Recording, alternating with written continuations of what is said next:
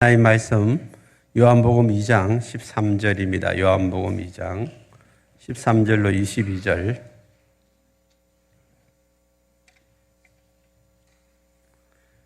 한 절씩 교독합니다. 유대인의 유월절이 가까운지라 예수께서 예루살렘으로 올라가셨더니 성전 안에서 소와 양과 비둘기 파는 사람들과 돈 바꾸는 사람들이 앉아 있는 것을 보시고 노끈으로 채찍을 만드사 양이나 소를 다 성전에서 내쫓으시고 돈 바꾸는 사람들의 돈을 쏟으시며 상을 엎으시고 비둘기 파는 사람들에게 이르시되 이것을 여기서 가져가라. 내 아버지의 집으로 장사하는 집을 만들지 말라 하시니 제자들이 성경 말씀에 주의 전을 사모하는 열심히 나를 삼키리라 한 것을 기억하더라.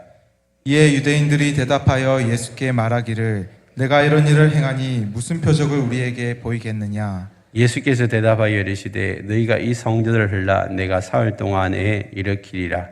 유대인들이 이르되 이 성전은 46년 동안에 지었거늘 내가 3일 동안에 일으키겠느냐 하더라. 그러나 예수는 성전된 자기의 육체를 가리켜 말씀하신 것이라. 죽은 자 가운데서 살아나신 후에야 제자들이 이 말씀하신 것을 기억하고 성경과 예수께서 하신 말씀을 믿었더라. 아멘.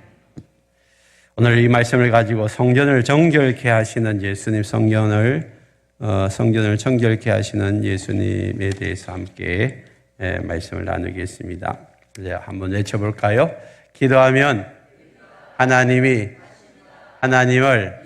같이 합니다. 기도하면 됩니다. 하나님이 하십니다. 하나님을 믿습니다. 아멘.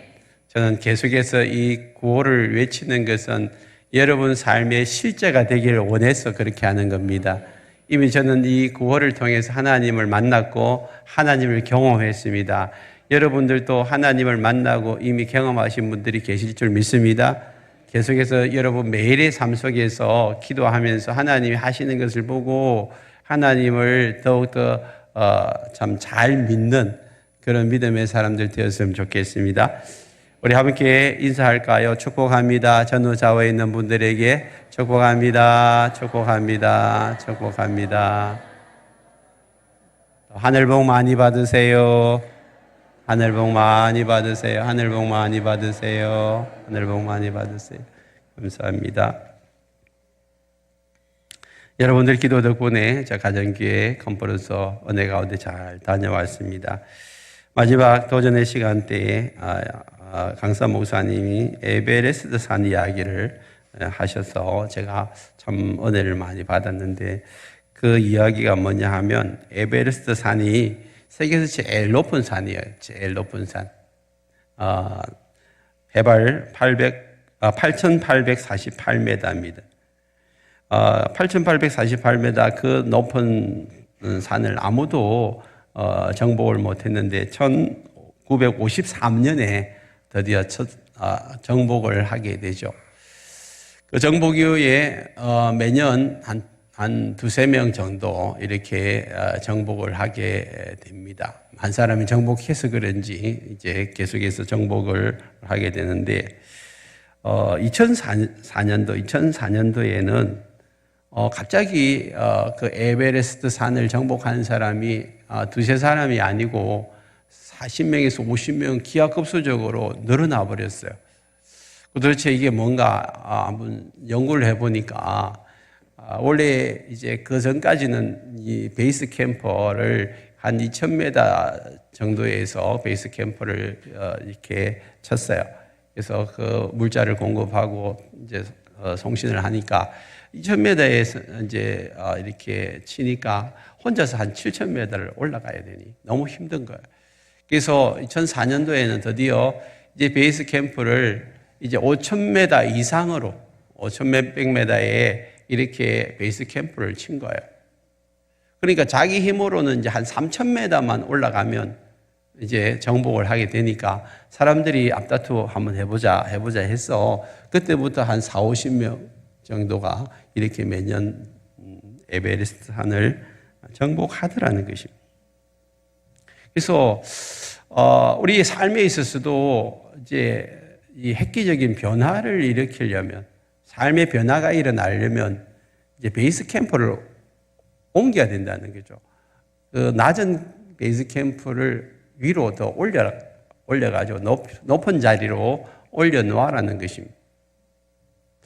제가 그걸 들으면서 우리 교회의 이제 삶의 적용을 한번 해봤는데, 우리 교회가 영혼구원하고 제자 삼는 이 교회로 이제 가정교회를 출발을 했는데, 지금까지는 우리가 그 영혼구원하고 제자 삼는 일이 이제 개인적으로 맡겨져 가지고, 그게 잘 이제 혼자서는 안 됐어요. 근데, 베이스 캠프를 이제 우리가, 교회에다 쳐놓고, 그 다음에 영혼구원하고 제자 삼는 그 일을 이제, 발상을 전환해가지고, 이제 5,000m 이상의 고지에 베이스 캠프를 치듯이 각 목장별로, 각 가정에서 목장이라는 베이스 캠프를 치게 된 것입니다. 그래서 베이스 캠프를 쳐가지고 그곳에서 이제 자기 힘으로 한 3,000m 정도만 더 올라가면 영혼구원하고 제자 삼는 그 일을 감당을 할 수 있다라는 그런 생각이 들었습니다. 그래서 우리 샘물교회가 앞으로 각 목장을 통하여서 하나님께서 많은 영혼을 구원하고 제자 삼게 하실 줄 믿습니다. 그 일을 시작하셨고, 또 이미 이제 VIP들이 목장별로 많이 오기 시작했습니다.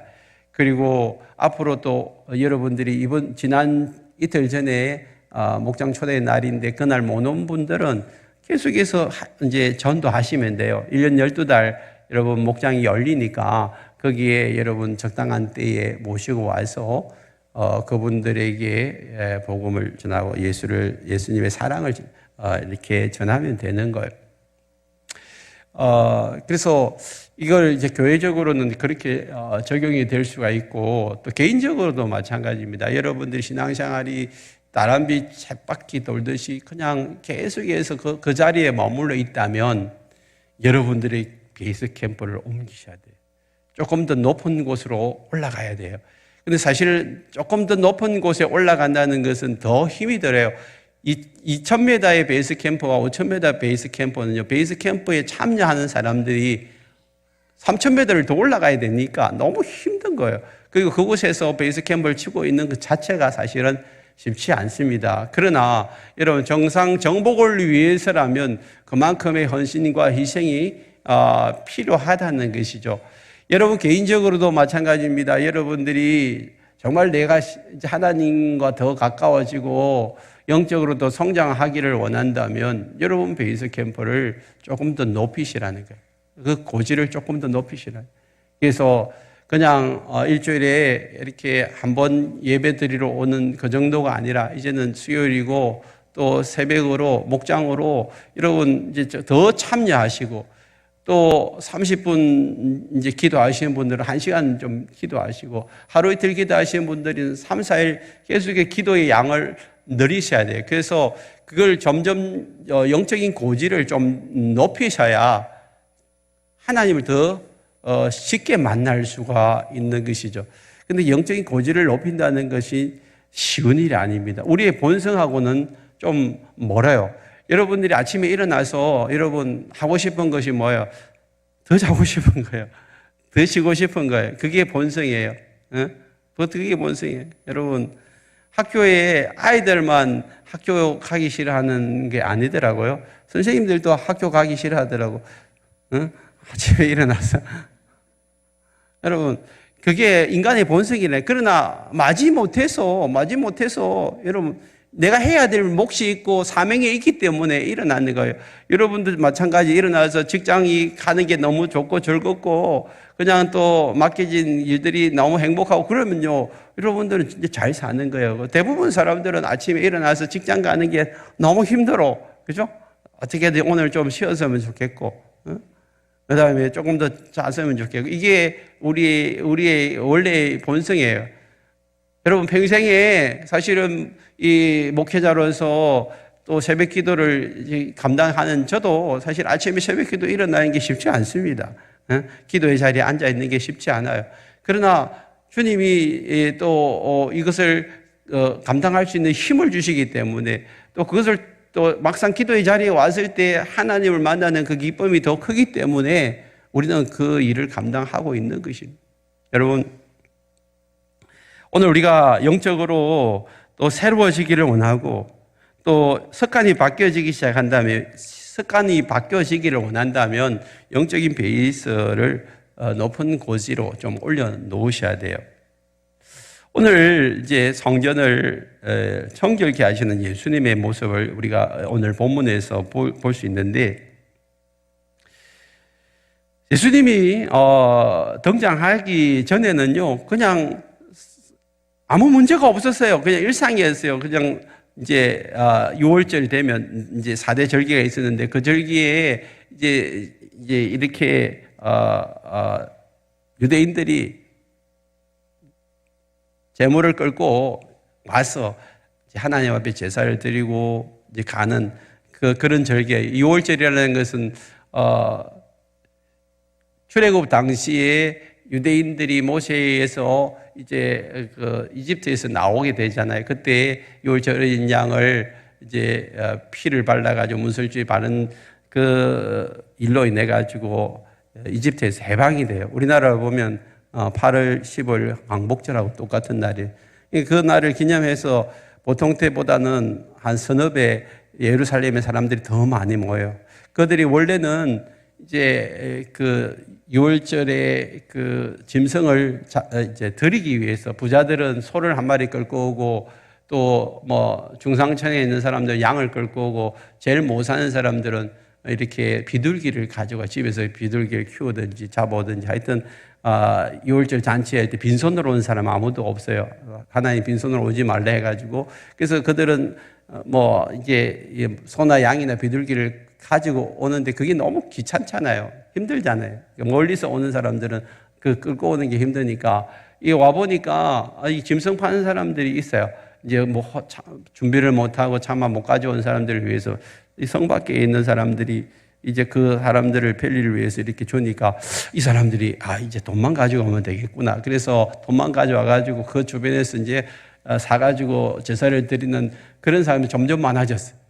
그러다 보니까 자리가 너무 많아지고, 그러니까 이제 어디까지 들어오냐면 성전 안에까지, 성전 안에 이방인들이 출입할 수 있는 이방인의 뜰까지 들어와가지고 사실은 장사를 하기 시작하는 것이죠.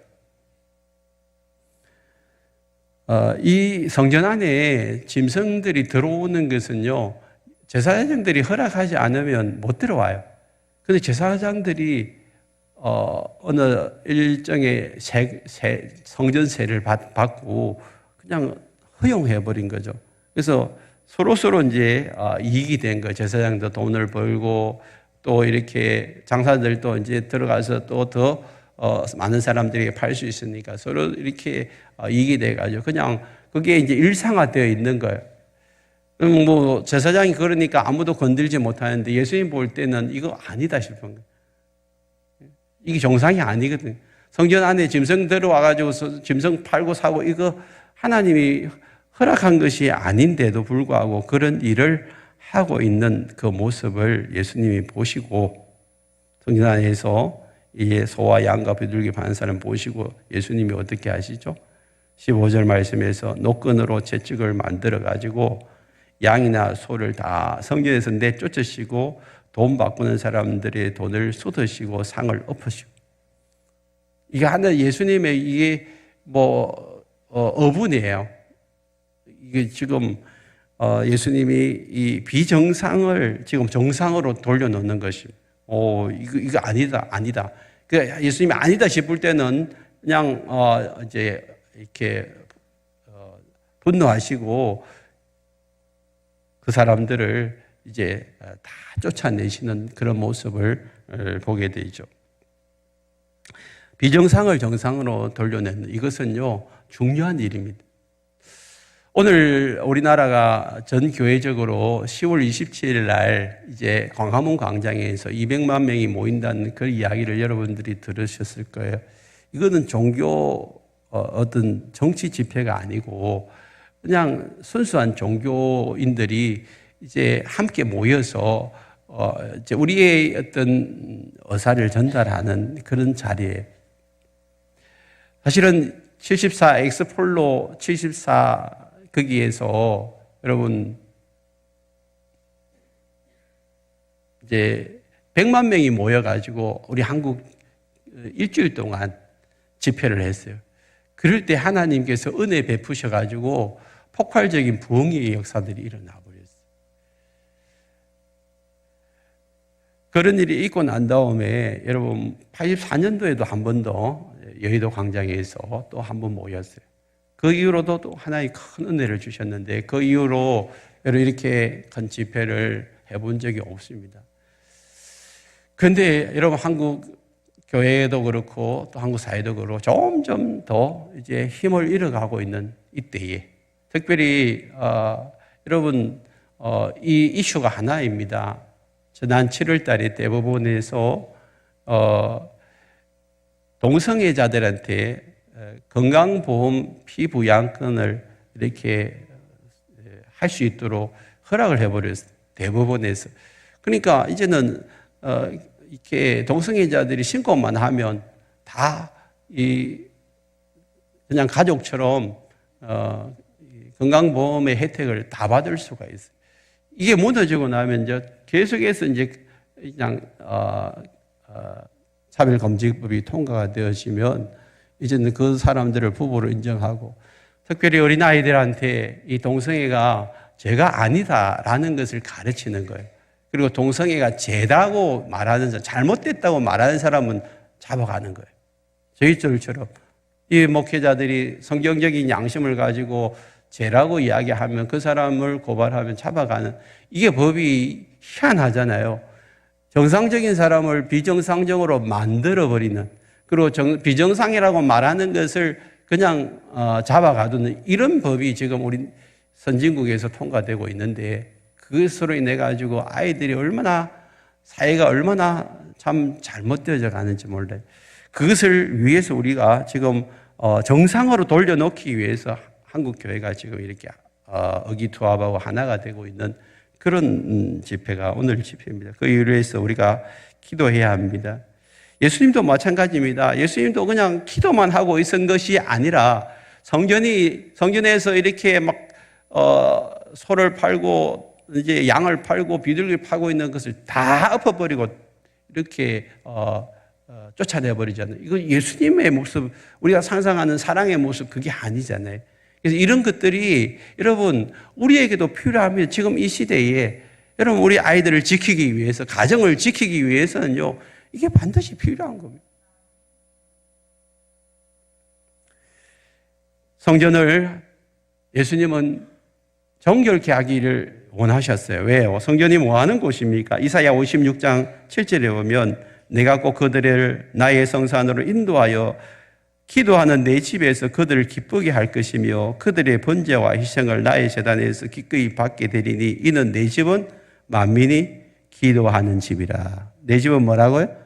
만민이 기도하는 집. 기도는 하나님과 만나는 시간이고 또 그 성전은 기도하는 집이에요. 기도하는 집. 그러니까 하나님을 만나는 장소인데 하나님 만나는 장소에 이 동물들이 들어와 가지고 이렇게 판을 치고 있으면 안 된다는 거죠.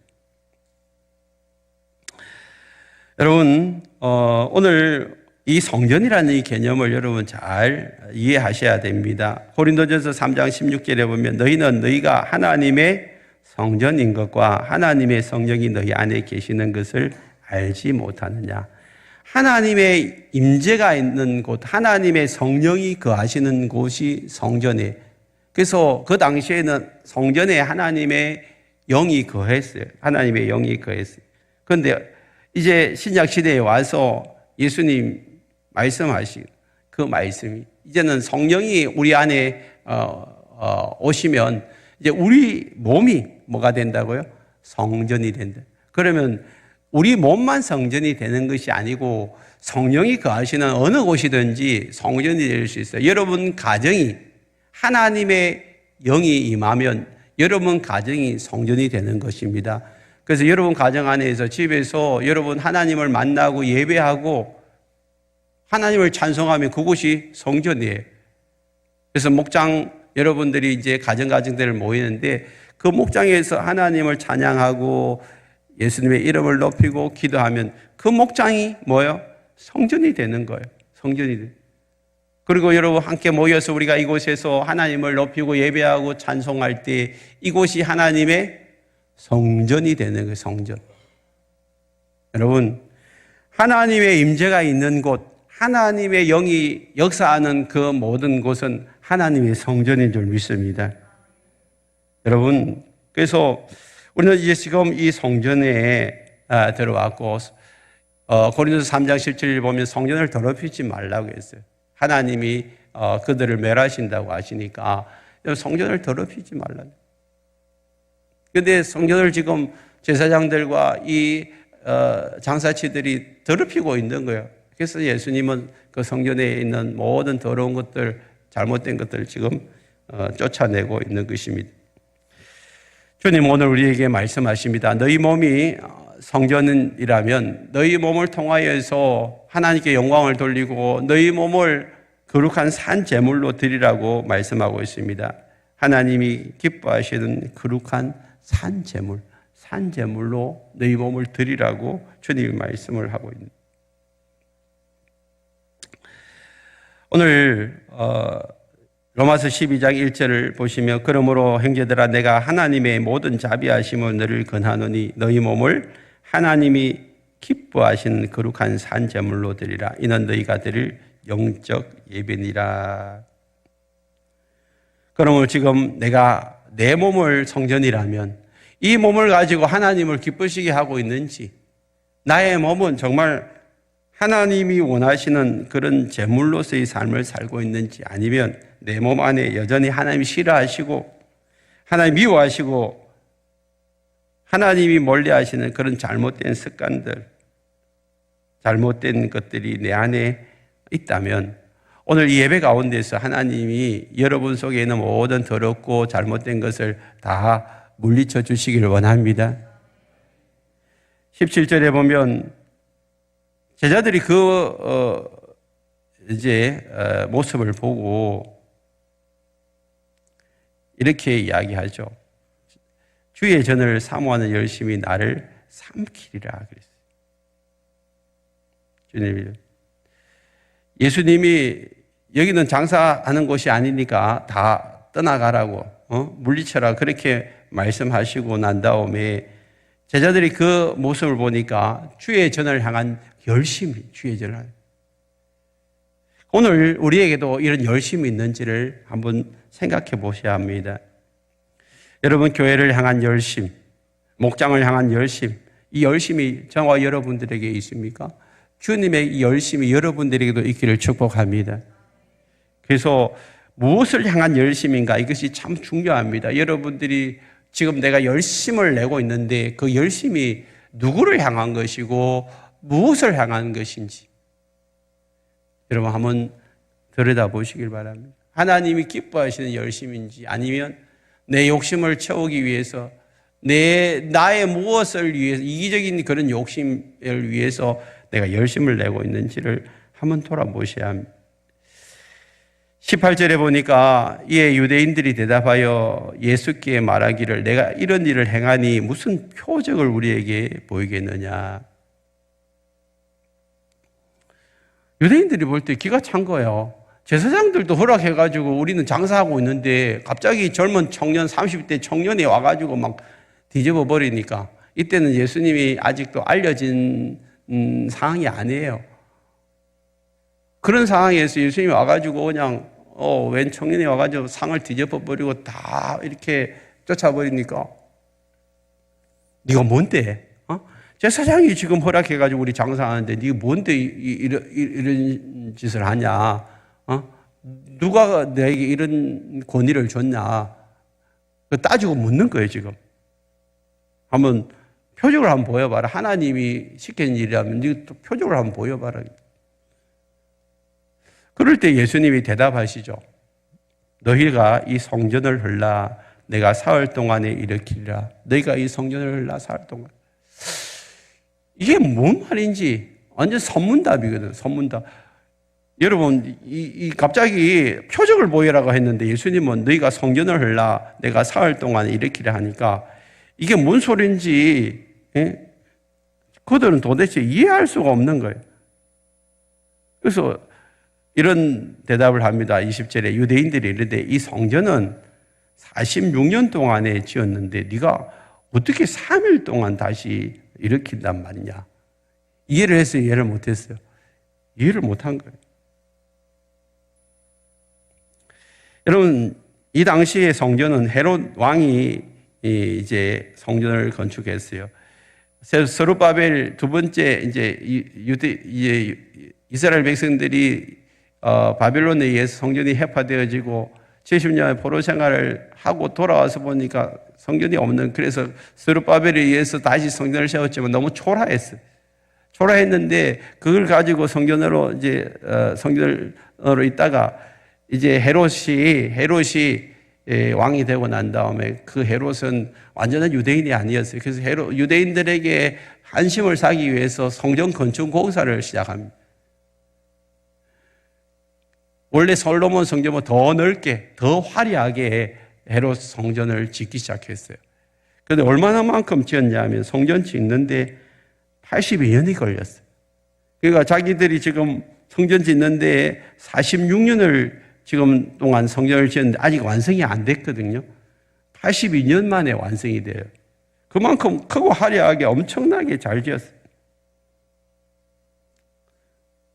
46년이니까 아직도 예수님이 한 30년에 이제 예수님이 공생을 시작했으니까 예수님 태어나기 거의 14년 전부터 성전 공사는 시작되어졌어요. 그런 대공사를 지금 하고 있는데 네가 어떻게 3일 만에 성전을 헐고 짓는다고 이런 헛소리를 하냐. 그게 예수님에게 따져 묻고 있잖아요. 나중에 이것이 예수님 십자가에 달려 돌아가실 때에 조롱거리가 돼요. 예수님 십자가에 달려가지고 돌아가실 때 지나가는 사람들이 마가복음 15장 29절에 오면 지나가는 자들이 자기 머리를 흔들며 예수를 모욕하여 이르되 성전을 헐고 사흘에 짓는다는 자여. 야, 네가 3일 만에 성전을 다시 짓는다고 해놓고 왜 거기에 매달려가지고 죽어가냐. 이 거짓말장이야. 왜 헛소리하고 돌아다니냐. 죽어도 고소하다. 이런 저주 소리를 했겠죠. 예수님이 하신 그 말씀을 이해를 못하니까 그냥 자기 생각대로 그냥 저주하고 조롱하고 그래 버렸어요.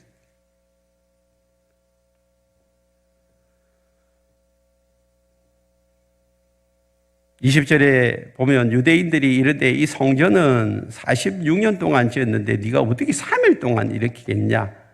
그런데 21절에 보면 그러나 예수는 성전된 자기 육체를 가리켜 말씀하신 것이라. 무슨 말씀이죠? 예수님은 지금 내 몸이 성전이고 내 몸이 죽었다가 다시 3일 만에 부활할 것을 이야기하는데 도대체 이걸 그들이 어떻게 알겠어요? 어떻게 깨달아 알겠어요? 그러니까 모르니까 자꾸 헛소리 한다고 엉뚱소리 한다고 그렇게 생각을 하는 것이죠. 심지어는 어때요? 함께 이제 따라다니는 제자들도 이 말을 몰랐어. 22절에 보니까 죽은 자 가운데서 살아나신 후에야 제자들이 이 말씀하신 것을 기억하고 성령과 예수께서 하신 말씀을 믿었더라. 지금 예수님이 하시는 이 당시에 제자들은 몰랐어. 제자들도 무슨 말인지 몰랐는데 예수님이 죽었다가 3일 만에 다시 부활하시고 난 그 이후에 예수님이 그때 이 말씀을 하셨지? 그리고 기억하고 성령과 예수님이 하신 말씀을 믿었다. 그 이전에는 못 믿었다는 거예요. 여러분, 예수님이 십자가에서 죽었다가 3일 만에 살아나신 이것은 역사적인 사실입니다. 역사적인 사실. 만약에 예수님이 3일 만에 살아나지 않았다면 기독교는 없어요. 왜? 예수님의 제자들에 의해서 기독교가 전파되어졌고 예수님 제자들에 의해서 이렇게 예수 믿는 사람들이 생겨났는데 예수님의 제자들은 예수님 당시에 십자가 달려가서 다 도망갔잖아요.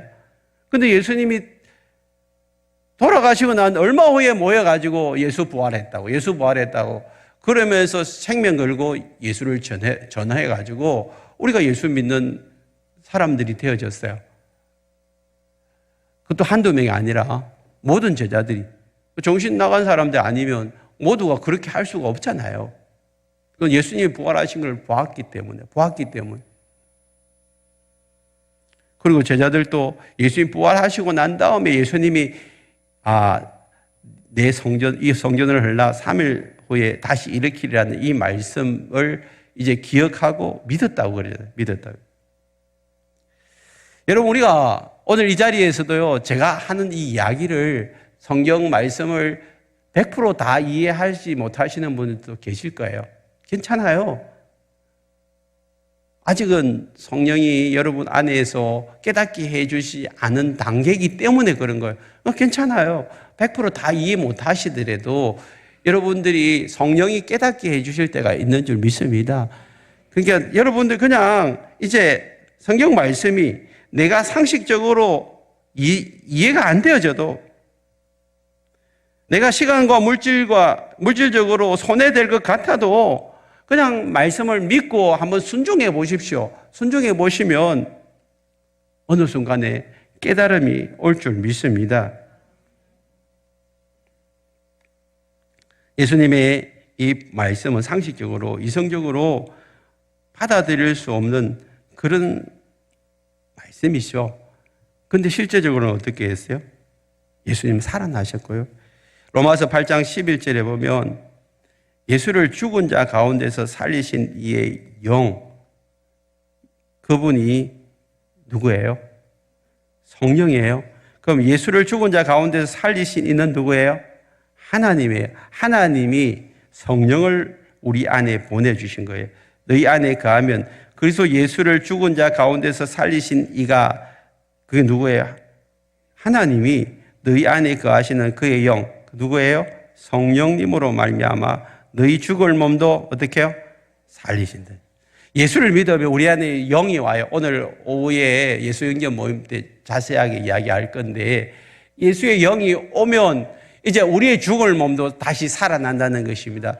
그래서 우리의 몸이 성령이 임함으로 말미암아 우리의 몸이 새로워지고 변화되어지는 그런 놀라운 역사들이 우리 안에 있는 것입니다.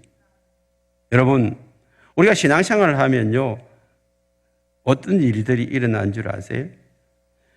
갈라디아서 2장 20절에 보면 내가 그리스도와 함께 십자가에 못 박혔나니 그런즉 이제는 내가 사는 것이 아니요 오직 내 안에 그리스도께서 사시는 것이라. 예수를 믿고 나면 내 안에 여러분 육체의 그런 이전의 소욕들, 또 내가 예수 믿기 전에 이전의 삶들이 죽어지기 시작해요. 이상해요. 예수를 믿고 나면요 놀라운 일들이 일어나요. 이전에 했던 잘못된 습관들, 또 잘못된 생각들, 더러운 것들, 내 안에 있던 이기적인 것들, 분노, 또 시기, 질투, 이런 것들이 어느 순간에 다 사라져 버리는 것을 보게 됩니다. 그리스도와 함께 십자가에 못 박히는 거죠. 그리고 내 안에 예수님이 이제 살아나신 예수님이 나를 지배하고 다스리면요, 내 삶이 새로워지기 시작해요. 그래서 예수 믿는 사람들이 변했네. 저 사람이 어떻게 교회 가더만은 달라지기 시작하네. 그런 이야기를 들어요, 안 들어요? 여러분 안 들어보셨어? 들어봐야 돼. 예수를 믿고 나면 사람들이 달라지기 시작해요. 그게 뭐냐 하면 내가 이전에 잘못된 습관들, 내 안에 육체적인 욕망들, 소욕들이 죽어지기 시작하고 내 안에 성령님이 오셔가지고 새로운 성령의 소욕들이 막 생겨나기 시작해요. 성령님이 나를 지배하고 다스리니까요. 그때부터 나는 달라지기 시작하니. 그래서 이제부터는 내가 사는 것이 아니고 내 안에 나를 사랑하사 나를 위하여 자기 몸을 버리신 예수님이 살기 때문에 그 예수님으로 인하여서 우리가 바뀌어지고 변화되기 시작한다는 것입니다. 디도서 3장 5절에서도 이런 말씀을 하고 있어요. 우리를 구원하시되, 죄에서 우리를 구원하시되 우리가 행한 바 어려운 행위로 말미암지 아니하고 오직 그의 긍휼하심을 따라 중생의 시선과 성령의 새롭게 하심. 여러분, 중생의 시선이란 말은 거듭나는 거예요. 예수를 믿고 나면 거듭나고 우리가 죄에서 깨끗이 용서함을 받고 나면 성령님이 우리 안에 오셔서 우리를 새롭게 하신 거예요. 날마다 새롭게 하신 거예요. 성령이 오시면 우리 안에 더러운 것들, 잘못된 습관들 다 밀어내기 시작하고 새로운 삶으로 변화되는 줄 믿습니다. 그래서 우리는 성령님을 환영하십시오. 성령님을 인정하십시오. 성령님을 사모하십시오. 성령 충만하고 나면요, 내 삶이 정결해지고 깨끗해지고 새로워지게 되는 줄 믿습니다. 예수를 믿기 전에 깨끗하고 정결해져서 예수 믿는 게 아니고 예수를 믿고 성령님을 내 마음속에 모시고 나면 성령님이 우리를 깨끗하게 해주시는 줄 믿습니다. 그래서 내가 예수를 믿기 전에 술, 담배도 못 끊고 내가 더러운 습관 가운데 있는데 어떻게 예수를 믿어요? 여러분, 예수 안 믿으면 백날에도 안 끊어져요. 지난주에도 내가 마약하던 젊은 청년이 이제는 마약을 끊고 그 다음에 마약 치유센터를 차려가지고 지금 마약에 빠져있는 사람들을 건져내는 작업을 하고 있어요. 새롭게 야설서에 나왔는데 그분이 어떻게 해서 마약이 끊어졌냐? 다른 거 없어요. 예수를 똑바로 만나니까, 예수를 철저히 내 마음속에 주님으로 영접하니까 마약이 끊어진 거예요. 사람이 할 수 없는 거예요. 사람이. 지금도 마찬가지예요. 오늘 예수님이 성전을 정결케 하시기 위해서 예루살렘에 올라오셨기 때문에 올라오셔가서 성전을 정결케 하시는 그 모습을 우리가 보면서 오늘 예수를 믿는 저와 여러분들이 뭐라고요? 성전이에요, 성전. 예수님이 우리를 성전 삼으시고 예수님이 우리 안에 오셔서 우리도 오늘 뭐 하기를 원하냐면 우리를 정결하게 하시기를 원하십니다. 우리 안에 더러운 것들 쫓아내시기를 원하십니다. 여전히 예수를 믿지만 내 안에 잘못된 습관, 정욕적이고 이기적이고 마귀적인 것들이 여전히 우리 안에 있어요. 그런 것들을 내가 예수님의 주인으로 모시고 살아갈 때 예수님이 그것을 몰아내 주시는 줄 믿습니다. 우리 자신뿐만 아니라 우리 가정 안에 오셔서 예수님은 이런 더러운 것들, 악한 것들, 잘못된 것들을 몰아내 주시고 목장 안에서 교회 안에 성령님이 오셔서 우리를 정결케 하시고 깨끗게 하여 주시는 줄 믿습니다. 그러면요, 어떤 일들이 나냐면 마음이 정결해져요. 마음이 정결해지면 그 사람은 하나님을 보게 될 것이라고요. 하나님을 보게 될 것이에요. 그럼 하나님의 음성이 잘 들려요. 하나님이 우리에게 주신 사인이 뭔지. 그것 때문에 너무 행복해하는 거예요. 지난주도 제가 이제 컨퍼런스 하루 전날 제가 속리산에 올라갔었죠. 지난 작년에 속리산 올라갔을 때 여기 한번 와봐야 되겠다 싶어서 제가 이제 하루 전날에 올라가서 제 아내랑 같이 이제 속리산 이제 문장대를 이제 올라가기로 작정했어요. 초보 코스가 올라갈 수 있는 제일 좋은 길이라 해서 갔는데 그 절대 초보 코스 아닙니다. 중급 이상이더라고요. 중급. 올라가는데 4시간, 내려오는데 3시간 걸렸어요.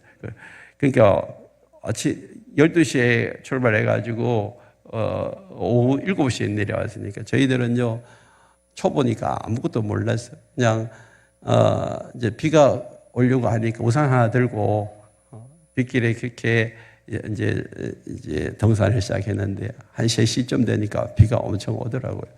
그런데 마음에 사나이 작정을 한번 했으니까 정상을 밟고자 그래가지고 이제 올라갔어요. 올라갔는데 다른 사람은 다 내려올 때 우리는 우산 들고 올라가면서 하나님, 우리가 정상에 올라갔을 때는 비가 멈추게 해주시고 내려올 때까지 비 안 오게 해주세요. 그렇게 하면서 올라간. 근데 진짜 4시간 만에 정상을 밟았어요. 밟았는데 갑자기 하늘이 먹구름이 다 거쳐지고 맑은 하늘이 개기 시작한 거예요.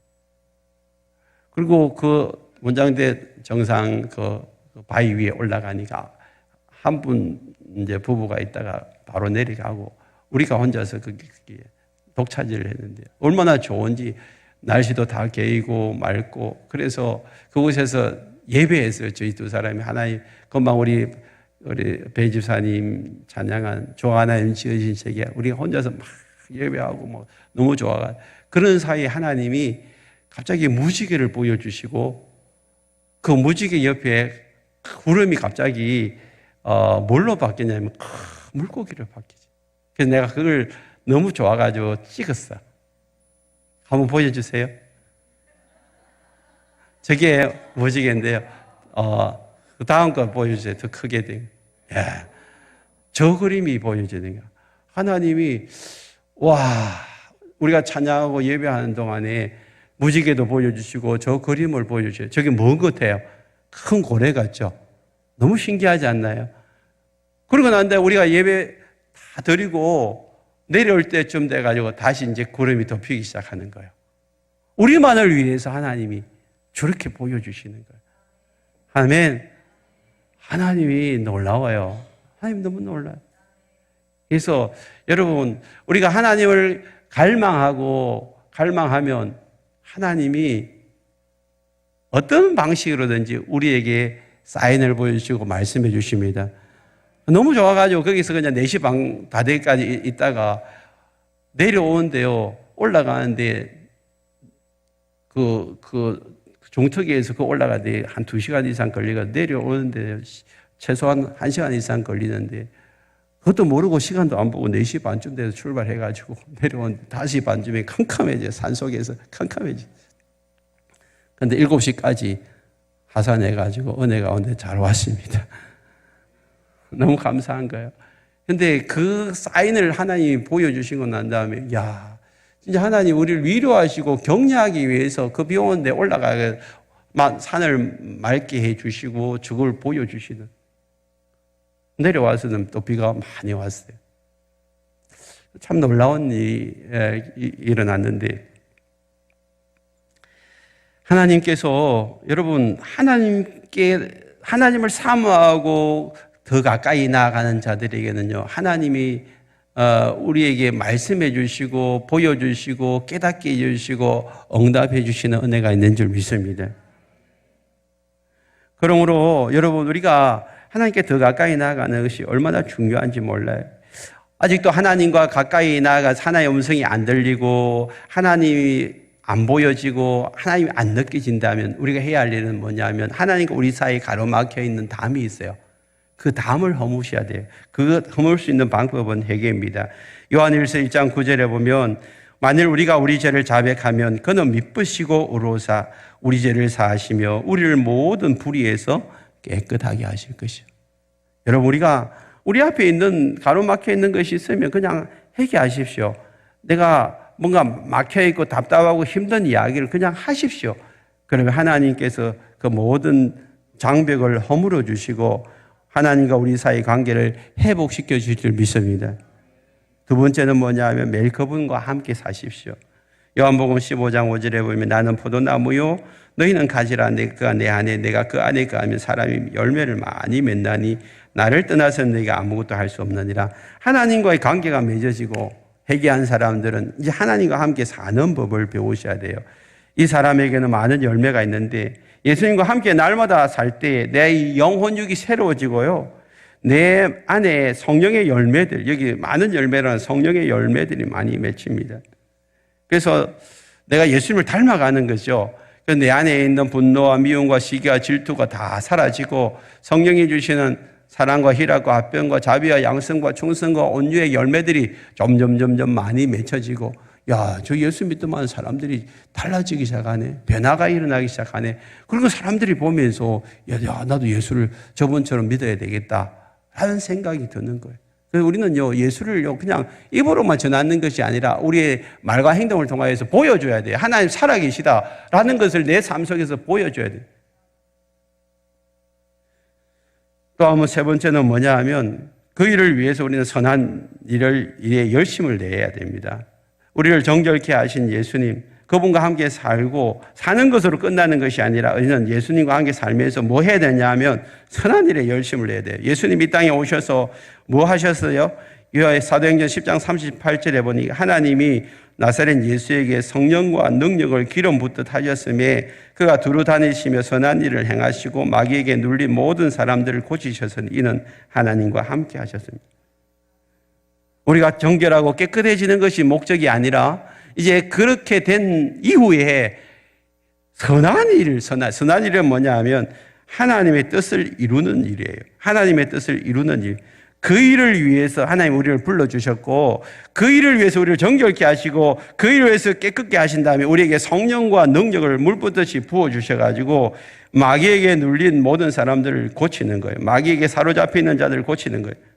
그러니까 우리 속에 우리를 정결케 하신 다음에 온갖 더러운 것, 질병, 마귀적인 습관들, 잘못된 습관들, 이기적인 것들, 정욕적인 것, 탐욕적인 것, 자기 중심적인 것, 이런 더러운 습관들, 술, 담배, 마약 이런 거 다 그냥 끊어주시고 그 다음에 그렇게 사로잡혀 있는 자들을 풀어내는 일에 우리를 사용하신 줄 믿습니다.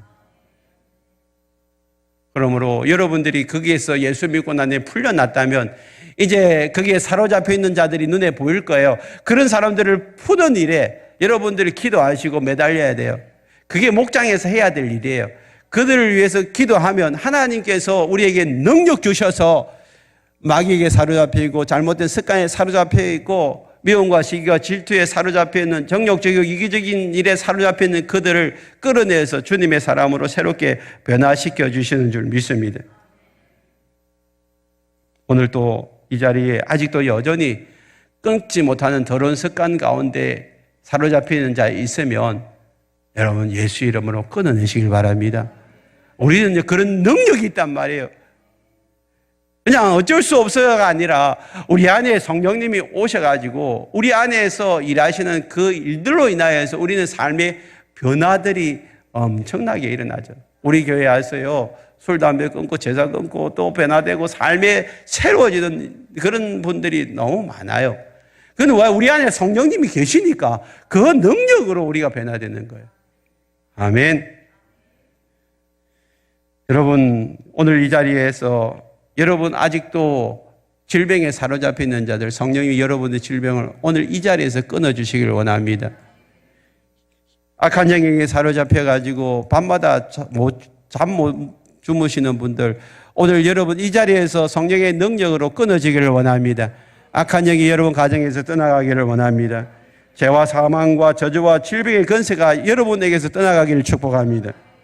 오늘 새롭게 되는 은혜가 오늘 예배 가운데 일어나기를 축복합니다. 아직 예수님을 내 삶의 주인으로 인정하지 못하고 받아들이지 못하는 분들은 예수님을 영접하는 일부터 시작하시길 바랍니다. 그 일을 돕기 위해서 예수 영접 모임이 있으니까 나중에 오후에 마치고 3시 40분에 1층으로 오시면 됩니다. 그리고 내가 예수님을 영접하였지만 여전히 내 삶이 그냥 그대로 그냥 도토리 다람쥐 이렇게 쳇바퀴 돌듯이 그냥 그 자리에서 머물러 있다면 오늘 여러분 영적인 베이스 캠프를 높이시기를 바랍니다. 그 자리에 머물지 마시고 좀 힘이 들더라도 기도의 자리에 나오시고 예배의 자리에 나오시고 말씀 붙드시고 하나님과 함께하는 시간을 여러분들이 가지시면 주님과 함께하는 시간을 가지시면 하나님이 여러분들에게 능력 주시고 힘 주셔서 여러분 안에 있는 모든 그런 잘못된 습관을 끊어내게 하시고 다시 새로운 돌파구를 열어주시고 여러분 정복하지 못한 새로운 땅을 정복하게 해 주실 줄 믿습니다. 이를 위해서 우리가 오늘 힘써 기도하시고 영적인 그런 돌파가 여러분 저에게 있기를 축복합니다. 기도하십시다.